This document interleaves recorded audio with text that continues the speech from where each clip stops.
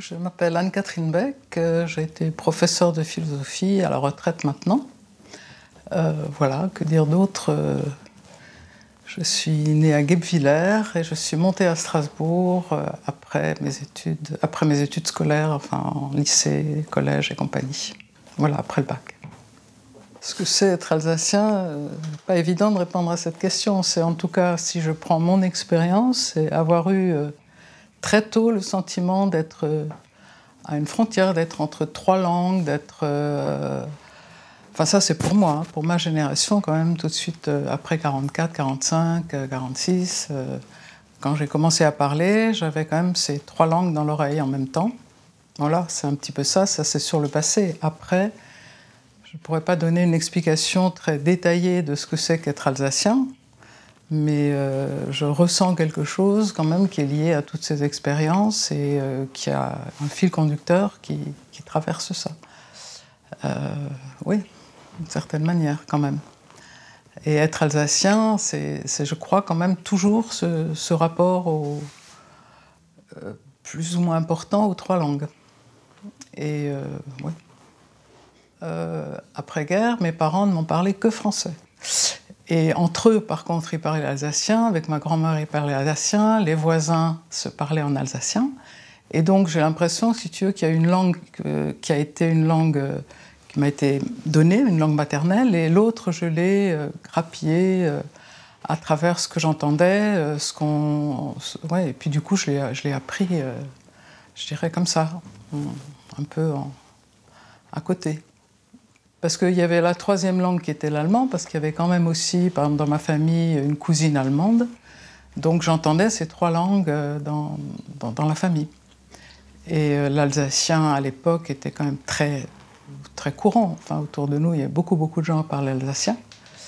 Alors que c'est vrai qu'on a perdu cette langue, moi y compris, puisque on ne l'a pas transmis à nos enfants, qui ne l'ont évidemment pas transmis. Et voilà, c'est un de mes grands regrets. Mais au moment où j'aurais pu le faire, moi, ça ne m'est pas venu. Et je le regrette bien. Voilà. À la campagne, chez d'autres cousins, la langue s'est encore transmise sans problème. Je crois que ça dépendait des lieux où on se retrouvait. Et pour moi, par exemple, à Guebwiller, il y avait aussi des familles où la langue était transmise, l'alsacien était transmis. Mais je sais pas, ça dépend un petit peu des milieux, des endroits, je sais pas très bien. Là. Enfin, moi, j'allais à Strasbourg parce que j'avais de la famille. Mon père était parinois, il était de Niederbronn, donc on allait à Strasbourg. Mais c'était pas tellement courant, je crois. Une langue qui se perd, et même si elle n'est pas encore tout à fait perdue, c'est quand même un problème. En même temps, c'est peut-être pas la seule identité de l'Alsace pour moi. C'est-à-dire, il y a la langue, mais il y a aussi il y a un paysage, il y a comment dire, un humour alsacien qui surnage. Même chez des gens qui parlent peu l'alsacien, je vois ça avec des tas d'amis, on a des expressions, des tas de choses, des moments où on se lâche un peu, où il y a des choses qu'on a envie de dire en alsacien. Alors qu'on ne se parle pas en alsacien couramment. Enfin, je veux dire, on ne parlera pas pendant longtemps en alsacien. N'empêche que quand on quitte un peu Strasbourg, ça arrive même à Strasbourg, mais dans certains bistrots, de temps en temps, il y a quand même encore des tablés qui parlent alsacien. Il y a encore pas mal de gens qui parlent alsacien. Et il me semble que dans l'Alsace du Nord, là, du côté de Roppenheim, les gens parlent beaucoup plus alsacien en tout cas qu'à Strasbourg, évidemment. Et voilà.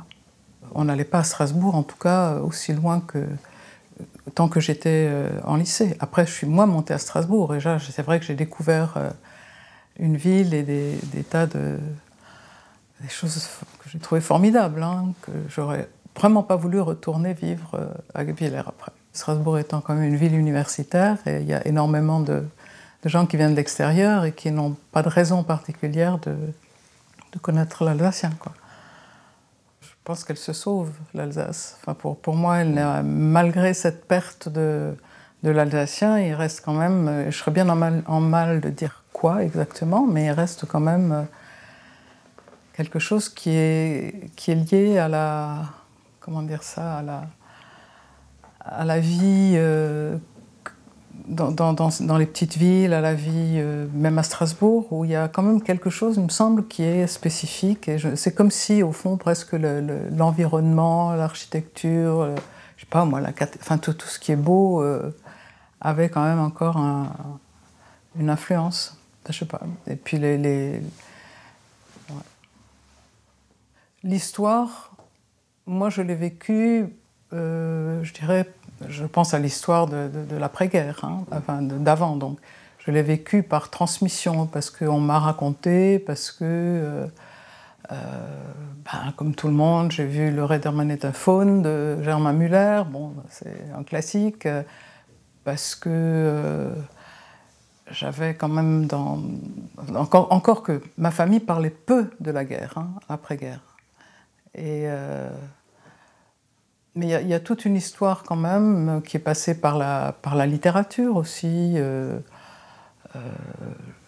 Comment dire, je lisais l'ami Fritz, même dans mon livre de lecture, je crois que c'était en CM2 ou en 6e, je ne sais plus, il y avait la page Fritz Cobus, être beau, il s'habille, etc. Alors je ne réponds pas vraiment à la question, là, je crois que je déraille, mais tant pis.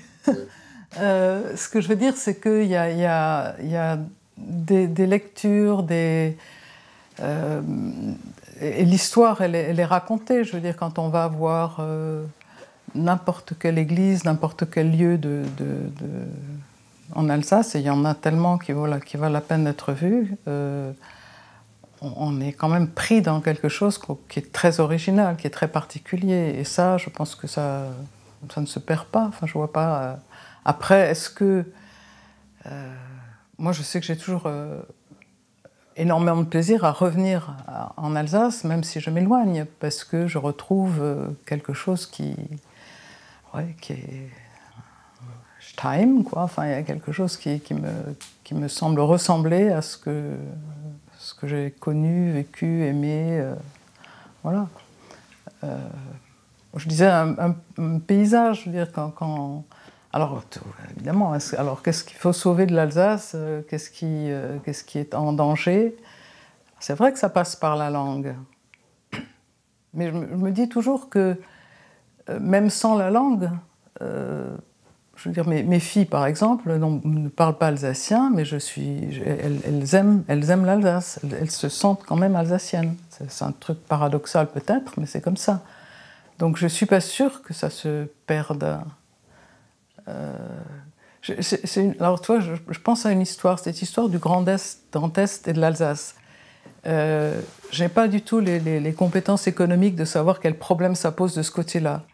Mais je me demande si ça change vraiment quelque chose au sentiment d'être alsacien des Alsaciens.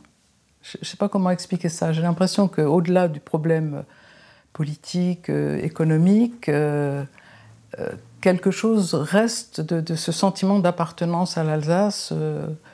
Et je ne sais pas si ça peut se diluer. Je ne pense pas que ça se diluera. Je ne crois pas. Je suis peut-être optimiste, mais je ne crois pas que ça se diluera. En tout cas pas... oui, je ne crois pas. Pour ceux qui sont en dehors, c'est-à-dire qui entendent Grand Est, Grand Est. Mais pour les Alsaciens eux-mêmes, je doute un peu qu'on puisse se sentir Grand Estois tout à coup et non pas Alsacien. Enfin, moi, il me semble, hein, pour moi, ça reste ça quand même l'essentiel. C'est quelque chose qui a à voir avec, pour moi, avec l'humour, une certaine forme d'humour, avec... effectivement, une appartenance à l'histoire, cette histoire d'être là entre la France et l'Allemagne. Hein, c'est quand même pas banal. Oui, il y a ça qui est très important. Alors, je sais pas, moi, j'ai l'impression quand même que cette forme-là d'appartenance et ce sentiment-là, bon, peut-être que pour certains, c'est pas un problème, et ils s'en fichent complètement, mais pour moi, c'est important, mais je suis peut-être optimiste, j'ai l'impression que ça persiste quand même, d'une certaine manière. Il y a... Voilà, alors... peux pas. Si tu es alsacien, en principe, tu as non seulement tes morts personnels, mais aussi tous ceux de l'histoire qui sont là, ou ailleurs d'ailleurs. Mais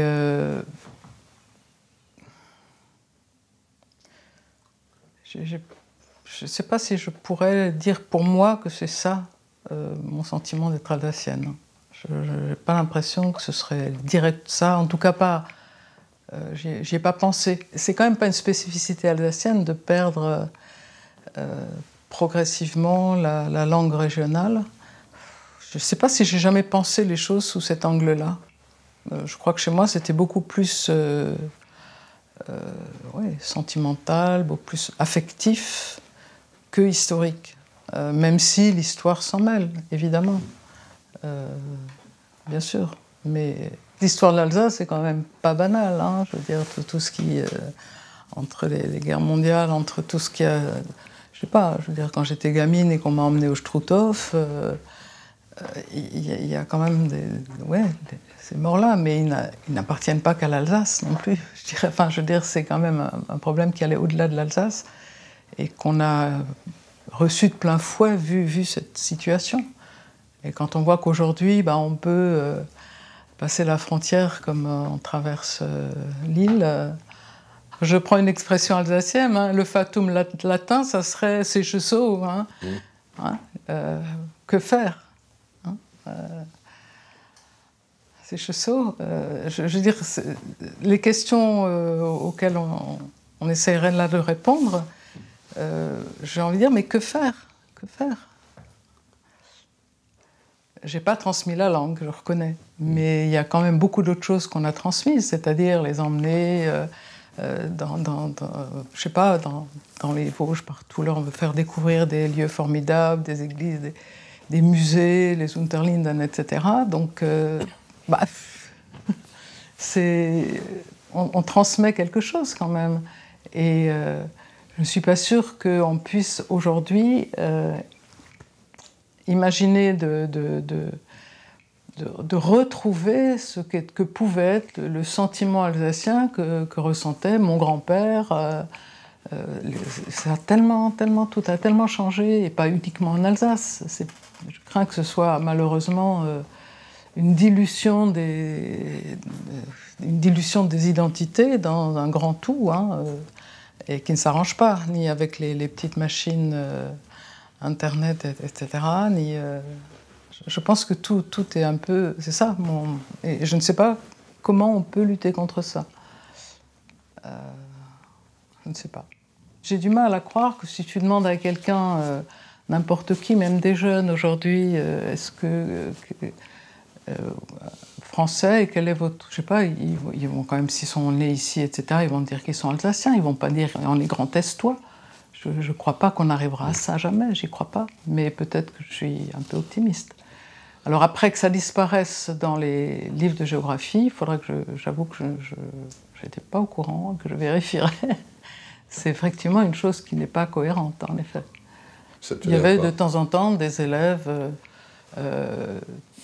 qui étaient à l'aise aussi avec leur dernière année scolaire, qui n'étaient pas trop coincés, etc., qui étaient alsaciens, et qui de temps en temps intervenaient avec une expression alsacienne. C'était pas courant, je reconnais. Et oui, c'est arrivé.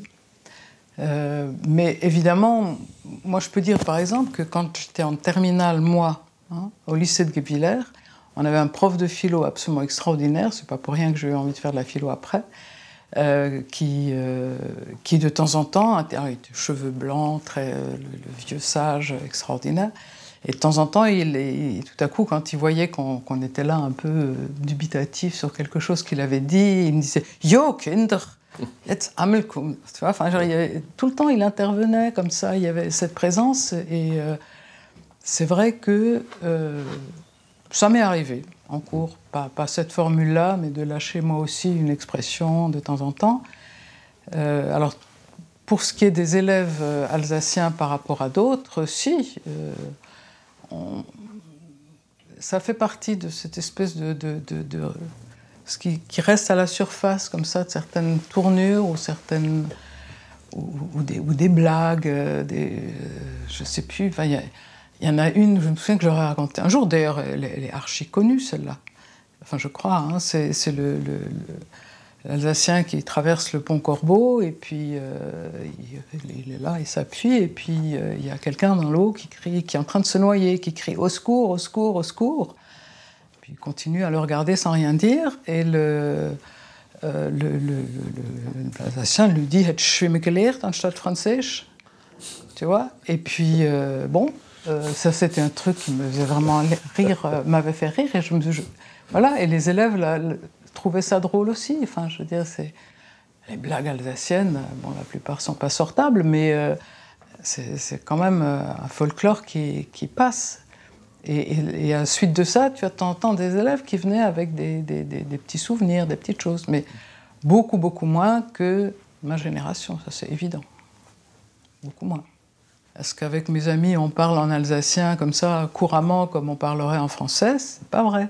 Donc, c'est facile de dire que ça se perd. En revanche, ce qui reste en permanence, c'est ces mots qu'on lâche de temps en temps, ces expressions qui traduisent quelque chose de l'esprit alsacien.